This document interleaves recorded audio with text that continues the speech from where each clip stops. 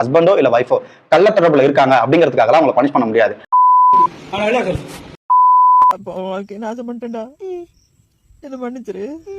அண்ணா இப்போ திருச்சியில அடல்ட்ரி சம்பந்தமா ஒரு கேஸ் போயிட்டு இருக்குல்ல, அதை பத்தி கொஞ்சம் சொல்லுங்க. ஆல்மோஸ்ட் இதை பத்தி எல்லாருக்குமே தெரிஞ்சிருக்கும். ஒரு ஹஸ்பண்ட் அவங்க வைஃப் வேற பர்சன் கூட இருக்கிறத பாக்குறாரு, உடனே அந்த வைஃப் அடிச்சிடுறாரு. அது சம்பந்தமா வீடியோ எடுத்து மன்னிப்பும் கேட்கிறாரு. இப்போ அந்த வீடியோவை பார்த்த பிறகு அந்த ஹஸ்பண்டோட வியூல இருந்து அவர் மேல பரிதாபம் ஏற்பட்டிருக்கலாம், இல்ல அவர் பண்ணது நியாயம் கூட தோணலாம். ஆனா சட்டத்துக்கு முன்னாடி அவருமே ஒரு குற்றவாளி தான். அது ஏன் அவர் குற்றவாளி?